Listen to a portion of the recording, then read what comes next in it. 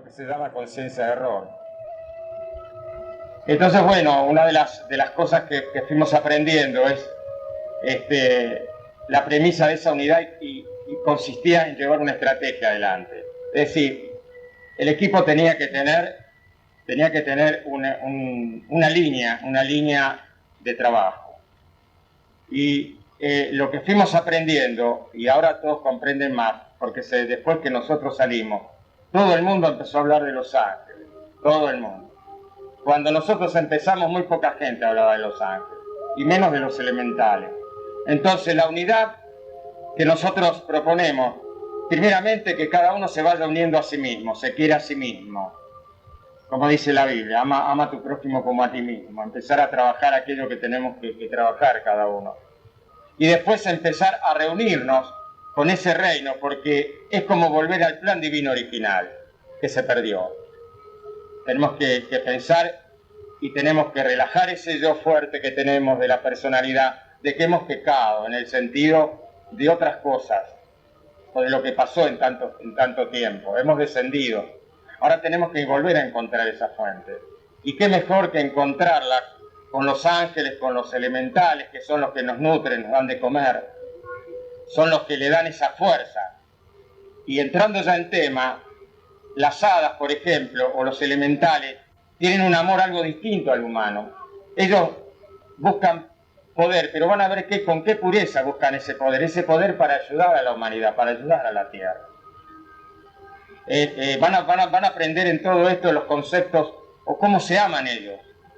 De repente muy diferente a los humanos, cómo forman sus parejas, cuánto viven en la Tierra, cuánto viven en el plano sutil. Entonces, en primer lugar, vamos a comentar lo siguiente, en vinculación a un trabajo ya más del caminante espiritual. El caminante espiritual que avanza entra en lo que se llama discipulado. La gente común o normal, como decimos nosotros amorosamente con Adrián, cuando empieza a despertar se transforma en un caminante espiritual y empieza a ser observado por el mundo espiritual. Si responde, pasa el camino de probación. Y si responde, pasa el camino del discipulado.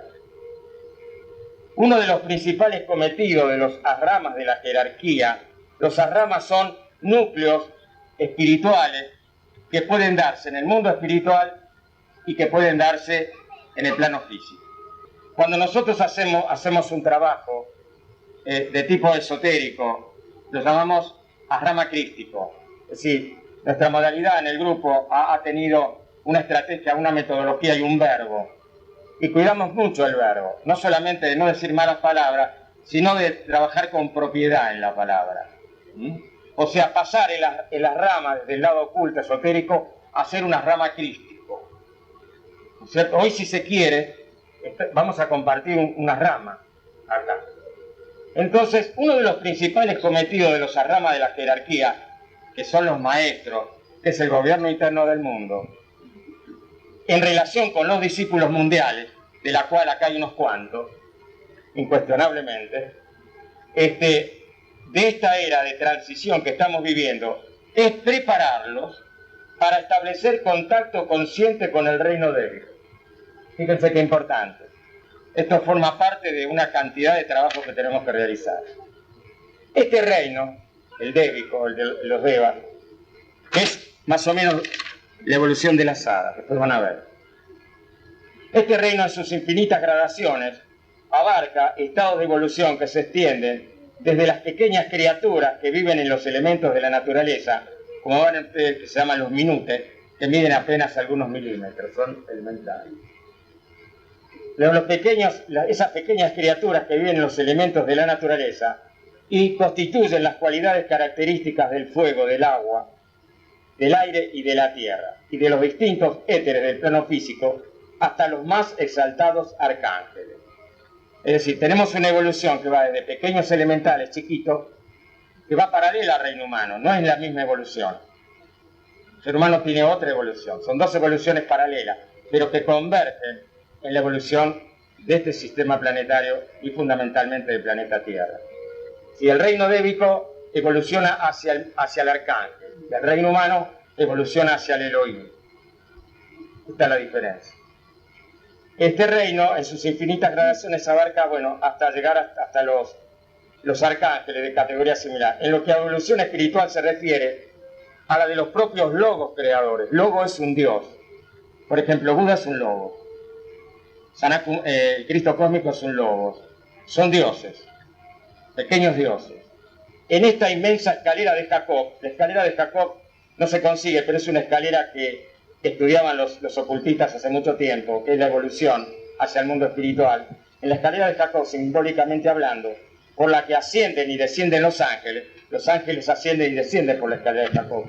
Cada deva y cada elemental, hoy lo van a ver prácticamente, lo van a ver cómo van ascendiendo. En esta inmensa escalera de Jacob, por la cual ascienden y descienden los ángeles, cada deva y cada elemental constructor a sus órdenes conocen exactamente la índole particular de su misión. Ordenada en su conjunto constituye el universo manifestado, es decir, el campo expresivo de los dioses y de los hombres. Este es un mundo manifestado, es un mundo tangible de la tercera dimensión, y es donde se procesa el trabajo que viene desde el mundo sutil. Todo lo que se procesa en el plano físico, en general, aquellas cosas de la naturaleza que tienen un orden divino, a pesar de que está alterada, vienen y se procesan a través de todo ese plan divino, a través de los serafines, querubines, elohines y demás. Es decir, la mente creadora, el universo manifestado de Dios Padre Madre. Quizá tengamos ocasión de ver más adelante cómo trabajan y evolucionan los devas. No más adelante, lo vamos a ver hoy, en sus distintas gradaciones o jerarquías. Pero lo que interesa es despertar el interés de los aspirantes, ustedes, en el sendero, por el interés del mundo de él. Sí, nosotros tenemos la obligación de explicarles, porque realmente detrás de todo el tema angélico, no quiero entrar en crítica, se procesa cosas y bastante raras. Nosotros tenemos pauta de ángeles y trabajos que hemos traído desde hace 12 años que no tienen nada que ver con los otros tipos de ángeles de ciertas instituciones que existen y que procesan cursos y demás. No hay coincidencia. La mayoría de personas, las potencialmente polarizadas en el mundo mental concreto, caen a veces en la falsa postura de considerar una superstición hablar de los devas, sin saber que estos, como agentes constructores de la naturaleza y depositarios del plan específico de la evolución planetaria, diseñada por la voluntad divina a través de los indescriptibles arquetipos superiores. Son modelos, ¿cierto? Son arquetipos. Los grandes seres, los logos, son arquetipos. Están tan indisolublemente unidos al proceso histórico, racial y espiritual de la humanidad, todo este trabajo de los devas, como lo están la sangre y los tejidos nerviosos dentro del cuerpo humano. Los aspirantes espirituales que empiezan a hollar el sendero deberían saber que el discípulo en entrenamiento iniciático ha de ser capaz de establecer contacto con la obra de Dios en todos los niveles posibles. Por eso tenemos que ser muy cuidadosos, no desestimar ciertos trabajos o otras cosas que se están procesando. En todos los niveles posibles, desde los niveles etéricos, aún en orden físico, hasta el propio plano búdico. Plano búdico, es decir, el plano búdico va paralelamente al plano crístico. El plano búdico es prácticamente cuando uno hace contacto con ese santo yo crístico que tiene dentro de sí. Son dos caminos que van paralelos, las evoluciones búdicas y crísticas, en donde mora habitualmente el maestro, nuestro maestro interno, pasando por los distintos subplanos de los planos astral y mental. Los planos astral y mental están muy conectados con las hadas y con la evolución del reino elemental, donde entran los animales, hasta llegar a ser plenamente del yo superior, el punto central, ese yo soy que todos hablamos. La toma de conciencia de cada plano jalona el camino iniciático, y es partiendo de la plena conciencia individual de un plano que se pasa al siguiente superior. El método que sigue el discípulo en este proceso de traslación de su conciencia es de investigación científica. ¿Qué se quiere significar exactamente con estas dos palabras? La misión específica de la ciencia es investigar y comprobar. Esto es precisamente lo que hace el discípulo, de manera que cuando formula una declaración, y hay que advertir que ciertas declaraciones entrañan una gran responsabilidad por parte de él, ya sea en relación con el sendero que está recorriendo o con la conciencia de determinado plano. Por eso es muy importante. Yo asumí una gran responsabilidad en toda esta obra, en cuanto a que no es fácil dirigir a tantos hermanos y tantos años, aunque todos trabajan independientemente pero unidos a la vez. La responsabilidad de que todos fueron comprobando en un 95% la exactitud de lo que yo siempre les manifesté. Es decir, sus palabras, las del discípulo, tienen no solo un carácter netamente afirmativo, sino que aportan además el testimonio de ciertos hechos habitualmente ocultos dentro de los tupidos pliegues de la conciencia humana. Temas que vamos a tratar, o temas que hemos tratado muchas veces. El valor del verbo es algo que yo siempre le comento a los que están cerca mío, de utilizar cada vez mejor el verbo. Porque la persona se puede enfermar, de hecho se enferma si trabaja mal el verbo. Y si la persona no es sincera, porque pone en contracorriente las energías del cuerpo. Dice lo que no siente y hace lo que no siente. Y lo más crudo para la persona es decir una cosa que no siente. Se ponen en movimiento energías que la van a perjudicar. Y el tema de las malas palabras, o sea, las maldiciones, es un dardo en contra de cada persona. Por eso tenemos que cuidar en lo posible, ser exquisitos espirituales, cada vez ser más perfectos. Acá estamos hablando del valor del verbo, estamos hablando de los devas, y estamos hablando de todos ustedes, de todos nosotros. El discípulo sabe entonces, en virtud de ciertos poderes espirituales implícitos en la iniciación, cómo invocar y cómo dirigir conscientemente las fuerzas que actúan en y sobre la naturaleza, y pueden crear entonces a voluntad aquellos prodigios llamados milagros, que no son otra cosa que el poder de invocar y utilizar a los devas, a los elementales constructores para ciertos fines de orden mágico y de acuerdo a determinados aspectos del servicio creador. Todo iniciado posee el poder invocativo de las fuerzas constructoras de la naturaleza, el control de los poderes elementales y la decidida protección y ayuda de los grandes devas, que presiden el desarrollo evolutivo de la creación. Los grandes devas. Podríamos añadir lo siguiente. Respecto al discípulo debemos indicar que el resultado de sus esfuerzos de apaciguamiento mental, espiritual, es la conquista de la intuición. El aquietamiento, la armonización, la relajación. Ustedes fíjense que nosotros siempre aquietamos, relajamos, hacemos que el cuerpo emocional no se mueva. Entonces, es muy importante que ustedes sigan trabajando. Yo sé que muchos trabajan, pero que acentúen el trabajo de relajación y aquietamiento. Porque a través de eso van a desarrollar intuición, que es fundamental para salir de la mente concreta. Cada uno, dentro de la particular esfera de relaciones impuestas por su karma personal, puede prepararse también para estos contactos trascendentes, es decir, con los devas, con los espíritus de la naturaleza. Es decir, que no hay que minimizarse, cada uno puede prepararse, empezando desde ahora un lento y callado proceso de silencio, en cuanto uno está en contacto con la naturaleza, con esos elementos. De todos los necesarios e inútiles deseos y pensamientos albergados todavía en su ánimo y que les impide acercarse. O sea, el hombre tiene que ir vaciándose de muchas cosas, el hombre y la mujer, para ese contacto. Lo mismo que para el servicio. Para cualquier servicio tenemos que vaciarnos de las cosas negativas, lo más posible. Entonces, se está comentando acá los deseos a veces y pensamientos albergados, estados de ánimos y demás que le impiden a establecer ese contacto. Y acá nos acordamos de la premisa esta. La mente es la matadora de lo real. Es decir, es matadora de la intuición.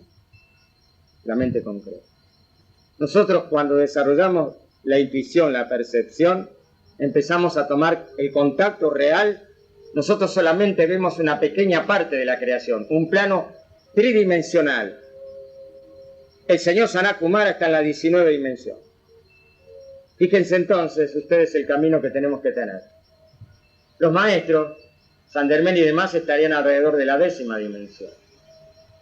¿Cuántas dimensiones? Ellos aparecen con aspecto humano, pero Sanat Kumara es un arco iris.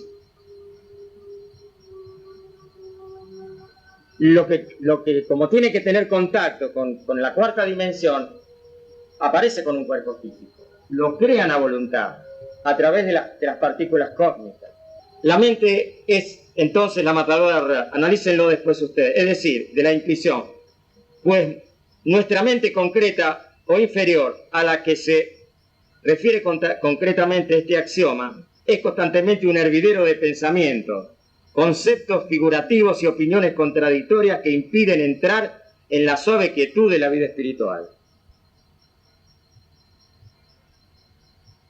Insistiendo sobre este punto y para desvanecer posibles dudas, se afirma que la perfecta silenciación mental no comporta a veces en ninguna manera la aniquilación de la mente concreta o intelectual, sino el sabio gobierno de esta por la voluntad superior, que la puede utilizar entonces como un delicado instrumento de relación y contacto con los 3 mundos de evolución humana: reino elemental, humano y angélico.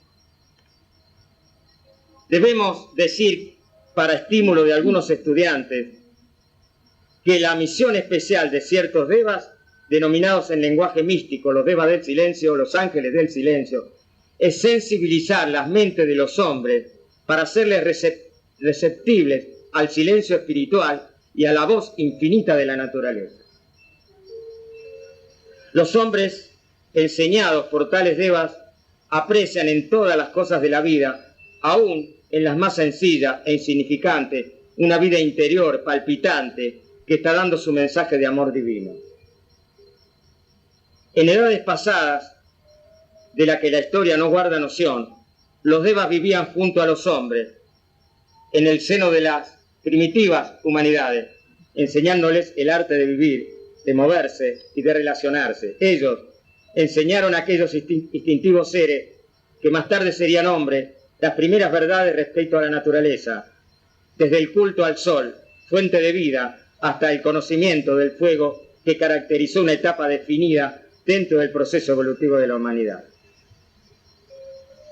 Ellos presidieron los primarios e incipientes motivos de vida que condujeron a la perpetuación de la especie y enseñaron también los principios básicos de relación que culminaron más tarde en el anhelo vivo de conciencia. Fueron ellos, los devas, los que prepararon el campo de la vida animal para contener la simiente de la mente humana.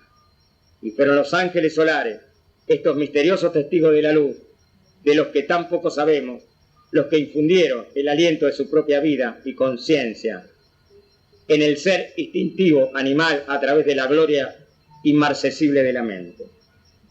Por todos estos motivos está sobradamente justificada toda enseñanza relativa a los devas y todo tiempo que nos lleve hoy.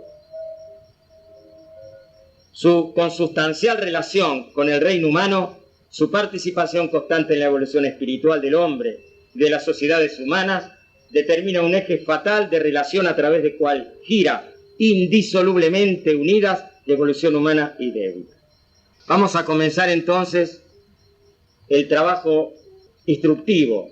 Vamos a comenzar entonces con la línea evolutiva de las hadas, que terminan en Deva. El camino empieza por unos pequeños seres llamados Rudimen. Miden más o menos 1/8 de pulgada. Fíjense qué interesante. Es decir, estos seres miden 3,7 milímetros. Es decir, de altura. Y carecen de inteligencia porque su conciencia es insignificante. A semejanza de los insectos, sienten el impulso de moverse continuamente y estimulan así la vida vegetal en la cual moran en la vida vegetal. No absorben ni exhalan poder, que es la característica de las hadas. Las hadas son seres de poder, como la mayoría de las especies de evolución, porque están todavía por debajo de esa forma de actividad. Su lapso terrestre es aproximadamente un mes, nada más, y pasan en el astral 10 años. los rudimes, que es la primera escala. En la próxima visita a la Tierra, cuando han evolucionado, se llaman unites de unidad, unites. Y como tales experimentan por primera vez conciencia individual. Estamos hablando de la evolución angélica, porque la evolución animal es parecida pero no igual. Tales experimentan por primera vez conciencia individual. Antes existían como partes separadas de un todo. Ahora estos seres llamados unites se han unido y una nueva entidad nace a la vida, que son ellos. Tienen una capacidad muy limitada de pensamiento, pero pueden absorber y exhalar poder. Se necesita un número bastante grande para trabajar en un canterito. O sea, un pedacito, 1 metro por 1 metro, tiene que haber, no sé, cientos de estos seres, de estos unites, para que ese canterito tenga poder y fuerza. Así que fíjense cómo van evolucionando. Bueno, ¿cuánto tiempo están acá? Están 1 año y pasan 100 años en el astral. O sea, pasan más tiempo allá que acá. Cuando vuelven, cuando han evolucionado, en su próximo estado se llama minutes, de minutos, minutes con E. Miden entre 1 y 2 pulgadas, es decir, más o menos 3 a 5 centímetros. Así chiquititos. Cuidado con lo que sale. ¿Cómo? Claro, cuando vuelven y se llaman minutes. Son los mismos seres que van evolucionando. Todavía trabajan en grupos a fin de producir poder suficiente para estimular la vida de las plantas. Trabajan con las plantas. ¿Cierto? Bueno. Su periodo terrestre es de 5 años y están en el astral 500 años. En esta etapa de evolución empiezan a tomar decisiones propias, ya empiezan a autodeterminarse. Primero no tienen conciencia, o sea, los rudimes. Después hacen conciencia y se unen, por eso se llama unite. Después se unen más minutes y acá ya empiezan a evolucionar. Ahora van a ver cómo evolucionan, a dónde evolucionan. De ahora en adelante, la entidad individual decide si desea o no nuevas experiencias terrestres. Puede aceptar o no. Continúan trabajando en el astral hasta que sienten esta necesidad y regresan a la Tierra. ¿Y saben cómo vienen? Son los gnomos. Son los gnomos. Y también se los conoce con el nombre de nómenes. Nómenes. Por un periodo de 25 años, para trabajar con el suelo y con raíces, especialmente la de los árboles. Ahora saben separar su labor de su recreo. Juegan como niños y gozan con su recreación.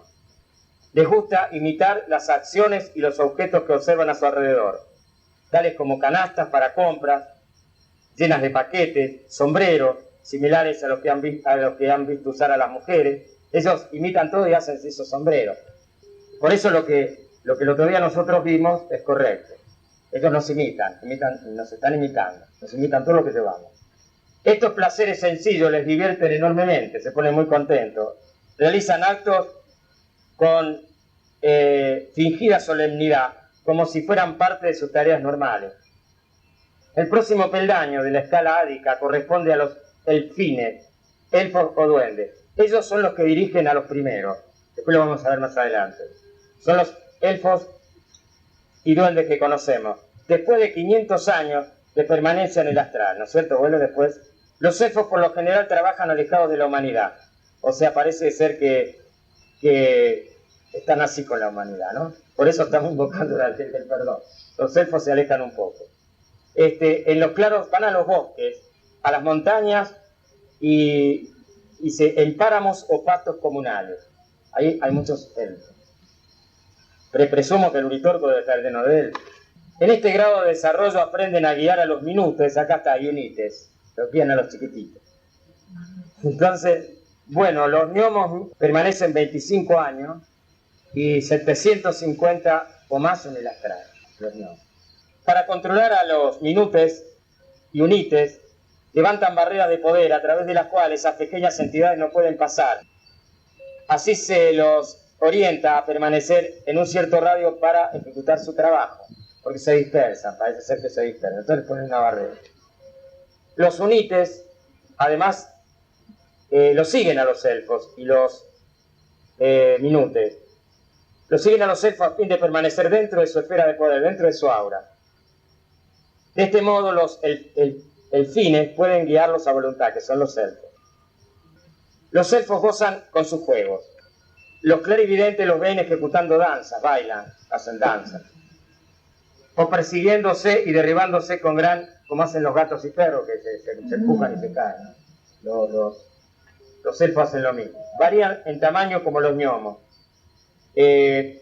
Los elfos miden entre 4 a 12 pulgadas, es decir, 30 centímetros, son chiquitos. Por eso cuando los chicos dicen, vi un ser chiquitito así, de más no mienten, los chicos no mienten. Elaboran sus propios cuerpos, pudiendo alterar sus proporciones a voluntad, es decir, sus medidas varían entre unas pocas pulgadas y un pie. Un pie tiene 30 centímetros.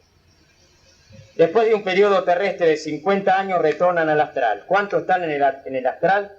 Los elfos, 1000 años. 1000 años permanecen en el astral.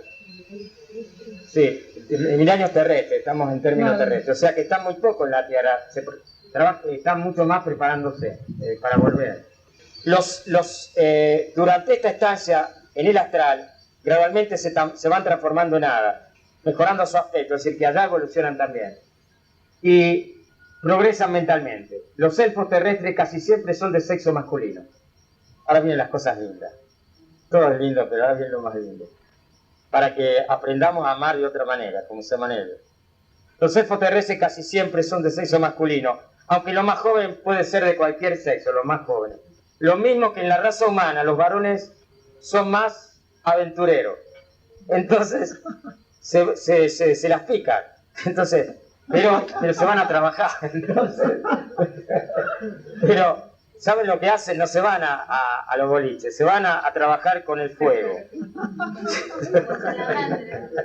Entonces, razón por la cual prefieren seguir desarrollándose en el astral, o sea, se quedan mucho en el astral. Bueno, después vienen como hadas o fares. ¿Hadas o fares? Se les llama fares, F-A-R-E-S. Son los más adelantados mentalmente que cualquiera de los grados que hemos hablado, inferiores. Durante su estancia terrestre experimentan el sufrimiento por primera vez. Empiezan a sensibilizarse, empiezan a sentir sufrimiento. Vamos a ver cómo es esto. Mientras moran en el plano astral, las hadas pueden elegir la clase de estudio que desean emprender. Tienen libertad para elegir qué van a hacer. Cuando nosotros vemos una brisa, está controlada por las hadas del aire, que son los silfos y sílfidos. Ven cómo estamos captando ahora el sentido de lo que veníamos trabajando años tras años en este trabajo.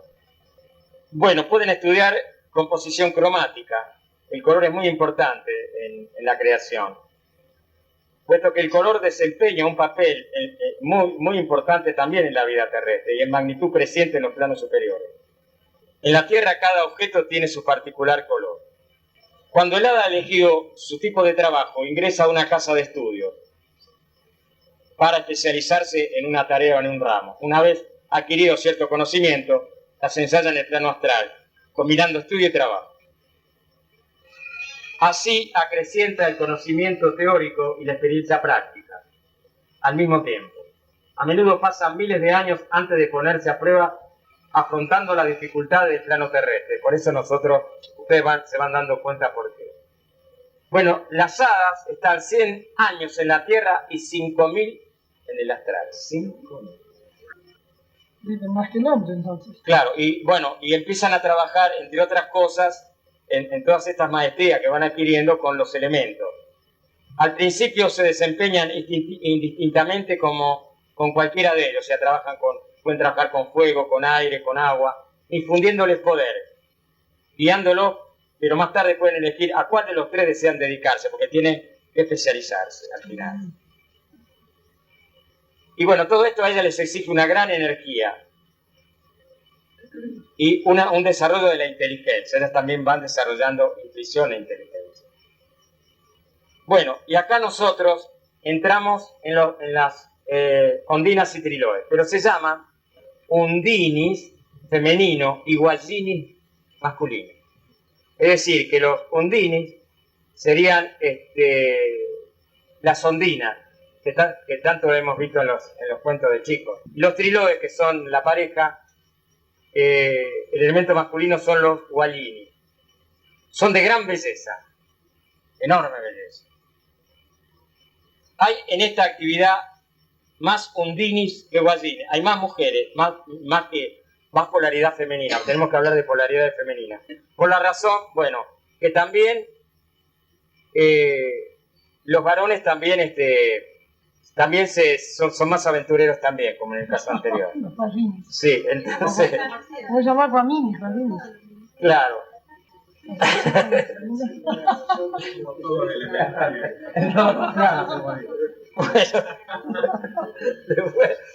Después están 200 años las ondinas y triloes, o los undines y gualini. Las salamandras después vienen como salamandras del fuego, se llaman, que son las salamandras del fuego. Bueno, son salamandras, se llaman salamandras y salamandrinas, ellos las llaman faricilles y saliores. Yo les dejo un cuadrito acá para que se hagan fotocopia. Acá está todo un cuadro sinóptico de la evolución, que se los dejo para que hagan fotocopia. Son pocas las niñas que se aventuran a este tipo de trabajo, o sea que las chiquititas no quieren saber nada con el fuego. Entonces son las mamás las que van a trabajar con el fuego. Ustedes fíjense que en la Biblia nos cuentan de tres personas que no murieron, que las sometieron al fuego y se salvaron. O sea que ahí trabajaron las salamandras, redujeron el poder del fuego y bajó un rayo arriba de tu cabeza. Y como asintiendo, ¿no? No moran en la tierra sino en la vecindad, es decir, las salamandras están un poquitito alejadas de la tierra también. Las que trabajan con el aire se llaman guayotes, que son los hombres masculinos, y arienes femeninos. El próximo peldaño de la escala alcanzan la categoría de faralles o líderes, ahí ya llegan a un punto muy alto. Faralles o líderes, en su particular línea de creación, son líderes de lo que están haciendo. Cuando ascienden a este grado ya no es posible señalarles periodo de cumplimiento, porque ellos evolucionan tanto, el tiempo para eso, y como lo conocemos, ya deja de existir. Viven en el antitiempo como los maestros. Los maestros llevan relojes para venir a hacer tareas a la Tierra, pero prácticamente 12 años de jornada para ellos fueron 15 segundos.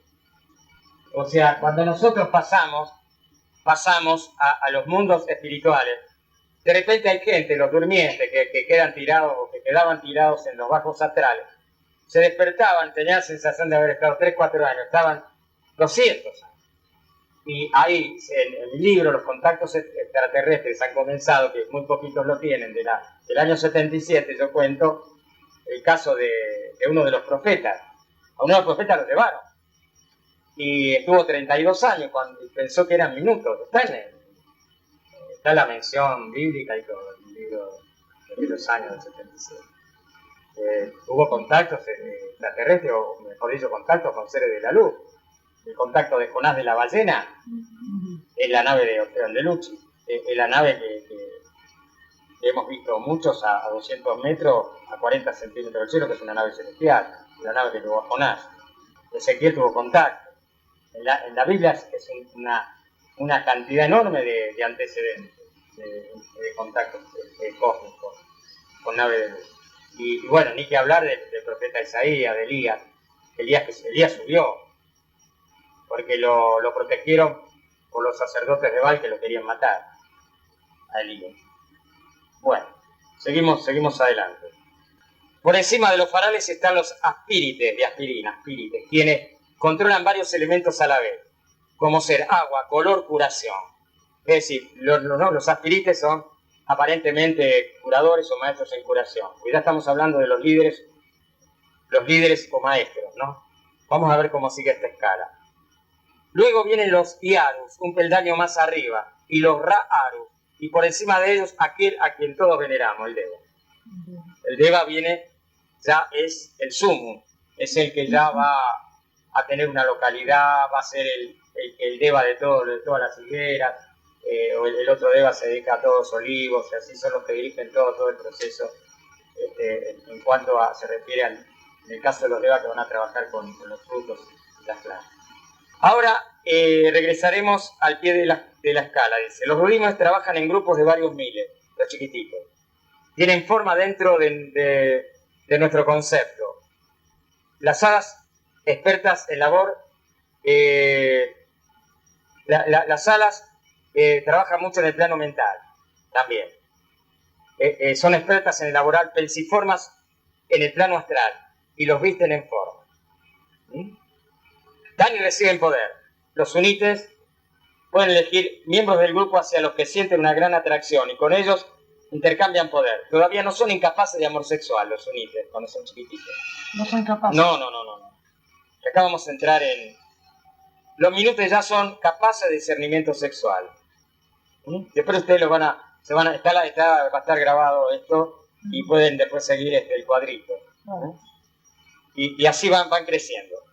Los gnomos, cuya apariencia de viejecitos con barba, también hay viejecitas, ¿no? Dice acá.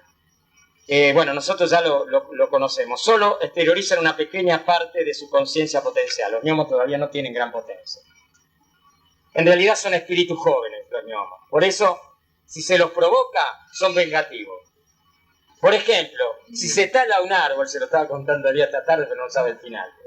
Si se tala un árbol donde están viviendo ellos, entre cuyas raíces tienen su morada, con toda probabilidad se van a enojar. ¿Y qué va a pasar? Es muy posible que en represalia rompan vuestras herramientas, inutilicen la cortadora de césped o hagan saltar la rueda de la carretilla. Ay. A mí me pasó una cortadora. Entonces, quizá parezca extraño que mientras los minutes y los gnomos sientan amor por el sexo opuesto, los elfos deben renunciar a esta felicidad, porque son en su mayoría sexo masculino los elfos. Esto tiene por objeto enseñarles control, tiene por objeto, como a los elfos que esta forma de renunciar a esa felicidad de la otra polaridad por el momento, es para que logren control. En realidad, el intercambio de poder entre minutes y aún entre gnomos es casi automático, es decir, sin premeditación. Por la sola presencia del miembro del otro sexo, el gnomo o esos minutes, se podría pensar que es una perversión. No, para ellos no es así. Los elfos saben que es una ley universal que solo el intercambio entre sexos opuestos produce éxtasis. Y las leyes universales no deben violarse. No sufren malestar físico porque sus deseos son débiles y desgastan su poder en su trabajo. Hay mucho compañerismo entre las comunidades de elfos. Son muy compañeros. Generalmente visten de marrón o de verde. Cuando ven un auditor con unos chiquititos de marrón o verde. De aspecto son más juveniles que los gnomos. De cuerpos rechonchos porque son esbeltos.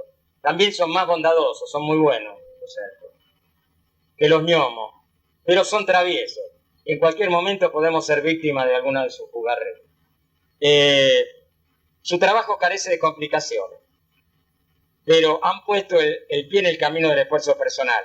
Conocen la diferencia entre el bien y el mal y son responsables de sus actos. Saben que la senda es larga, que los riesgos son muchos, pero que eventualmente alcanzarán la luz ellos también. Las hadas. Ahora nos ocuparemos de las hadas, que son mucho más avanzadas y complejas. Sus tareas son múltiples y cada esfuerzo trae consigo nuevas experiencias y mayor progreso. Descender en la tierra y tener que habérselas con vientos helados, lluvias torrenciales, es algo nuevo para ellas. Antes, como gnomos y elfos, estos accidentes climáticos eran casi placenteros y refrescantes. Apenas los afectaban. Ahora tienen que afrontar los cambios de estación con sus sorpresas y aún no saben usar de sus facultades para combatir sus malestares. El frío y la humanidad las afectan, neutralizándose algunos poderes. Sufren intensamente y así van creciendo. Sus percepciones se agudizan y con el tiempo llegan a gozar de gran felicidad. Las hadas de la naturaleza viven en el exterior. Trabajan desde el alba al crepúsculo en invierno y hasta la noche en verano. Sus tareas son muchas y variadas, pero siempre el punto primordial, el alma de su trabajo, es infundir poder a la vida vegetal y a la vida, a lo que nosotros o gozamos, o la flor o el alimento. ¿Cuánto le debemos? Por eso agradecemos a los elementales en la mesa. Todos nosotros desde hace 12 años agradecemos siempre la mesa de los elementales. Al principio lo dan ellas mismas ese poder, pero a medida que aprenden a controlar las entidades a su servicio, saben desconectar su propio poder y dejar que aquellas, los chiquititos, los minutos y demás, también den poder. Algunas hadas vuelan y otras no, según sea su trabajo y su grado de progreso. Cuando necesitan volar, toman como modelos a las abejas, las polillas y las mariposas. Mirando cómo vuelan ellas, aprenden a volar eso. Y eso tendría que hacer el hombre para poder llegar más fácil a los planetas. Y echan alas, pero con el tiempo aprenden a usar el pensamiento como fuerza motriz. Y pueden, si quieren, prescindir de las alas. Es decir, no la necesitan. Utilizan el poder de la mente. Las hadas viven buena parte de su vida sin forma tangible, según nuestro concepto de la forma. Son como luces que varían de brillantez según su progreso y cuyo color armoniza con su trabajo. Los varones son generalmente verdes, rojos, azules o ámbar. Y la polaridad femenina son lila, crema, azul y rosa. O sea, son de los colores sutiles. Lila, crema, rosa. Y también hay algunas azules, igual que la polaridad masculina de las hadas. Esta relativa carencia de forma restringen sus experiencias. Como la luz pueden sentirse felices, pero no pueden reír. Pueden sentirse tristes, pero no pueden llorar. Es una cualidad de la creación. Lo mismo diremos de sus juegos de amor. No son aún lo suficientemente avanzadas para apreciar la forma más alta de éxtasis espiritual. De modo que prefieren usar sus cuerpos con el objeto de experimentar el amor al máximo de su presente progreso. Normalmente descansan en sus formas luminosas y a menudo las usan también en su trabajo, porque infundir poder a las plantas no es un placer físico sino mental para ellos. Elaboran sus propios cuerpos con pensamiento, de acuerdo a su grado de progreso. No pueden darse un cuerpo más hermoso del que merecen. O sea, depende de lo que merecen ellas, entonces son bastante estrictas. Pero si pueden hacerlo suave o alegre, osado o gracioso según sus características y deseos individuales. Pueden elegir su altura dentro de ciertos límites, pero prefieren permanecer pequeñitas hasta que ganan el privilegio del tamaño. Los grados superiores de hadas son generalmente el tamaño más grande que los hombres. La altura de las hadas de la naturaleza varía entre 1 pulgada y 1 pie. Las de la naturaleza. 1 pulgada chiquitita y 1 pie 30 centímetros. Además de las condiciones climáticas, tienen que luchar con otras dificultades, los insectos. En sus cuerpos terrestres los insectos son mucho más difíciles de guiar que en el plano astral. Sus envolturas físicas los hacen impermeables al poder de las hadas, que tratan de controlarlo. Pero estas nunca cejan de insistir porque en sus esfuerzos presentes hacen los resultados futuros. Y algún día las hadas mandarán en los insectos, y no, viceversa como ahora. También tienen que luchar con los elementales, otra penosa experiencia. Si uno de ellos, es decir, sus evoluciones anteriores, si uno de ellos, los elementales, invade el dominio de las hadas en el plano astral, éstas pueden sojuzgarlo más fácilmente con su poder y devolverlo a su propio hábitat. Muchas hadas perdieron su conciencia por varios años cuando han tenido problemas o dificultades. Si las hadas están alertas y sienten la proximidad del peligro, pueden prepararse a recibirlo con toda la fuerza de su poder, y así pueden rechazarlo, antes que desate su fuerza maligna. Pero si las toma de sorpresa y descuidadas del asunto, entonces pueden perder conciencia por varios años en una cometida de fuerzas contrarias, o sea, elementales aprisionados y otros insectos y demás, ¿no? Durante cuyo periodo otras hadas han debido infundirles poder, las ayudan, hasta que el mal es vencido y devuelto a su propia alma. Entre otras dificultades está la de comprender por qué deben luchar aparentemente solas con tantos infortunios. Esto, claro está, no es realmente así, porque siempre están los diligentes protectores dispuestos a ayudar a las hadas si las pruebas resultan excesivas. Pero aquí actúa una condición, que lo dijo Jesús: pedid que se os dará. Fíjense, si el hada no pide ayuda, por mucho que nosotros deseemos darla, no se le puede ayudar. tiene que pedir. Entonces cuando dijo Jesús, pedid que se os dará, si a veces nosotros queremos, cuando somos chiquitos, que no pensamos en la maldad y nada, creemos que todo nos va a venir así nomás. Hay que pedir.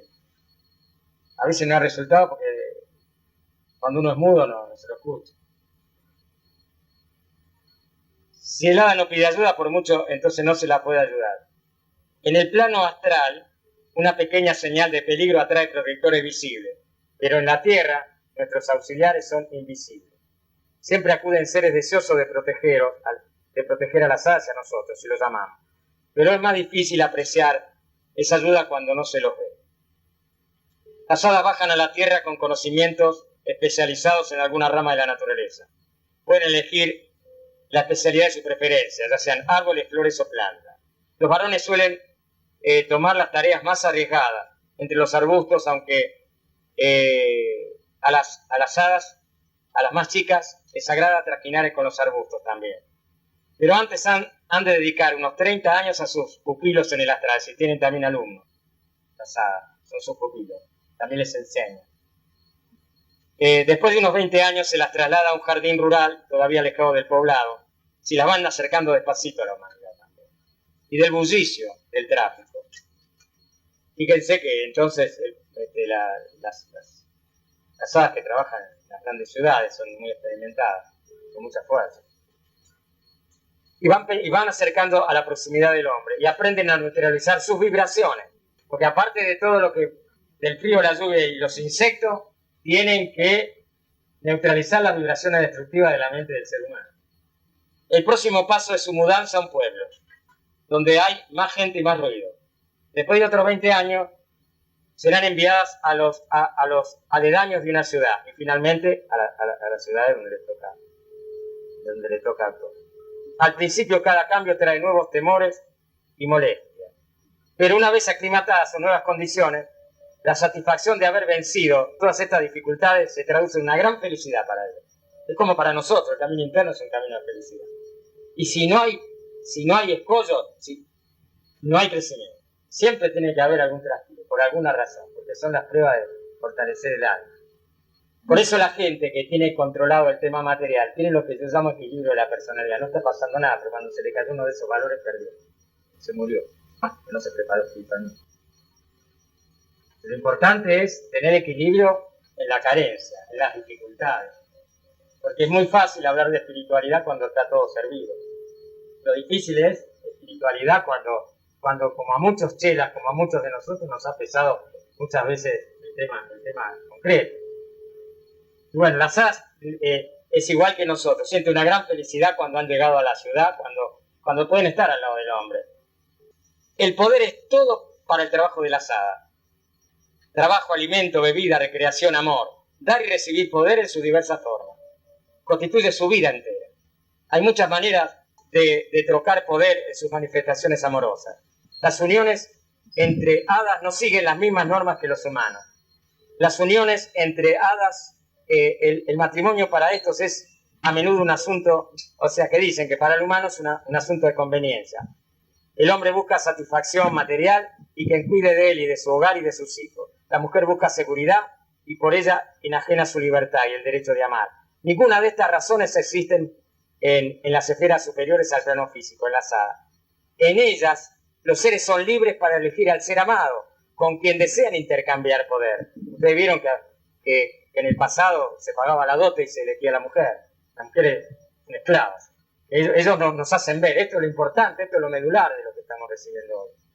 Tener ese concepto de expansividad de lo que es realmente el intercambio entre un hombre y una mujer.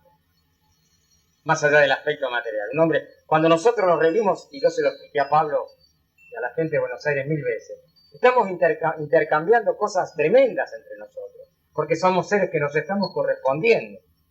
Entonces nos estamos intercambiando amor, poder espiritual, nos estamos intercambiando sentimientos, estamos generando un campo de fuerza, estamos haciendo un trabajo energético cuando venimos acá. Y bueno, y este es el concepto de las hadas, que allí hay libertad, que no hay uniones por conveniencia ni por elementos concretos, se unen realmente por amor. Dice, En ella los seres son libres para elegir al ser amado con quien desean intercambiar poder y afecto, y a quien se esfuerzan en servir y proteger. Nada puede unir a dos seres excepto el amor, y si éste muere, cada cual sigue su camino hasta hallar otro amor. ¿Ah? La experiencia es la esencia de la vida, pero son experiencias indiscriminadas. Los dos participantes ponen sumo cuidado para asegurar muchos años de felicidad en el mundo espiritual, en el mundo de la salud. A veces entre entidades jóvenes se produce, como entre humanos, también atracciones físicas, con los mismos resultados y las mismas secuelas de desacuerdos entre ellos también. Indiferencia y todas estas cosas que tenemos. Según el procedimiento correcto, el primer paso consiste en juntar las auras y emitir una vibración de simpatía. Esto es un poder menor. Nosotros sabemos que a la aproximación del ser amado, el corazón late con fuerza, aunque no tengamos conciencia de ello. Es cierto, estamos emitiendo una vibración amorosa. El siguiente paso es entremezclar las auras e intercambiar poder. Generalmente esto es en el mundo ádico. Y nosotros lo hacemos inconscientemente, pero a partir de hoy ustedes son conscientes. A través de esta apostilla que hemos hecho hace unos minutos. De que estamos intercambiando poder. Generalmente, a esta altura suelen decidir si desean continuar o no, porque si el poder de uno no es más o menos equivalente al del otro, el más fuerte le derivará poco placer del más débil. Si deciden proseguir, pueden, cosa imposible entre humanos, confundir sus cuerpos y nuevamente emitir más poder. O sea, cuando ven que algo está fallando, se entrelazan y tratan de absorber más poder y seguir viviendo como ellos viven. La misión de poder, aunque solo sea dentro de las auras, produce un éxtasis desconocido en la tierra, porque la sensación de plenitud se extiende a todo el ser entero de las hadas y una felicidad infinita la envuelve a la pareja. Entrelazadas el amor está entretejido con el trabajo y el progreso de uno refluye sobre el otro y lo beneficia. Las hadas de la casa, del hogar, que también tenemos hadas que están en el hogar, equivalen en desarrollo a las hadas de la naturaleza y algunas veces las sobrepasan. Por cierto, su grado de desarrollo difiere de acuerdo a su capacidad y su deseo de progreso, y el trabajo varía. Cuando una hada desea trabajar con el hombre, en sustitución de la naturaleza, reside durante años en hogares del plano astral. Al principio quizá conviva con gente que sabe de su presencia, pero más adelante se instalará en zonas más bajas del astral con hombres y mujeres que no los perciben, y aún más, hasta desconocen su existencia, es cierto, lo que estamos viendo. Así se prepara para ser ignorada cuando baja a la tierra, aunque esté activamente ocupada asistiendo a la gente en sus tareas diarias. Nos ayuda. Nos damos cuenta. Siempre hay una hada presente cuando se enciende un fuego, cuando se prende leña o en la hornalla de la cocina. Es su deber dar poder al cuerpo astral del combustible y así estimularlo para que arda con más brillo. Otras dan poder al agua en las cañerías. Cuando se te tapan, te la ponen de tapar. Bueno, entonces dan poder al agua en las cañerías, porque sin este cuidado perdería sus propiedades sanitarias. El aire también debe ser constantemente revitalizado. Ustedes lo vieron en años anteriores cuando trabajamos con los silfos. Los silfos se absorben todos los elementos contrarios. ¿Querés encargarte vos? Te cayó a vos. ¿Querés hacer vos? Yo sé que vos sos amante de la fotocopia. Y no sé, después que te paguen la fotocopia hace 30, 40, no sé, mucho menos. Hace unas cuantas, bueno. Fíjense qué importante, nos damos cuenta que estamos rodeados de seres invisibles. Bueno, es muy importante la oración y el trabajo espiritual para las hadas. Fíjense, cuando residen en la tierra, salvo las circunstancias extremadamente raras de que alguien en el ambiente doméstico tenga conocimiento de estas cosas, tienen que valerse de plegarias ellas, y también se pone muy contenta cuando en el hogar hay plegarias también, o sea, necesitan de sus plegarias y de las plegarias del ocupante. Por eso fíjense que nosotros hablamos de los espíritus aprisionados en el hogar, de la fluidez destructiva. Hay hadas que están condicionadas, tienen que estar cercas a atender esas tareas, pero realmente cuando un hogar es un disturbio de problemas, sufren mucho. Entonces es importante comprender que el camino espiritual las ayuda, y tener conciencia de ellas las ayuda más. A medida que progresan, pueden utilizar los reflejos de los pensamientos también positivos de los seres humanos. Por lo general, las hadas a ciertas hadas, muchas veces los pensamientos no los pueden intercambiar con el hombre. Y los que emanan de este deben primero evolucionar a adquirir tangibilidad, o sea, el pensamiento tiene que ser muy claro, muy lúcido, para que pueda servir, porque ella puede tomar poder también del pensamiento humano.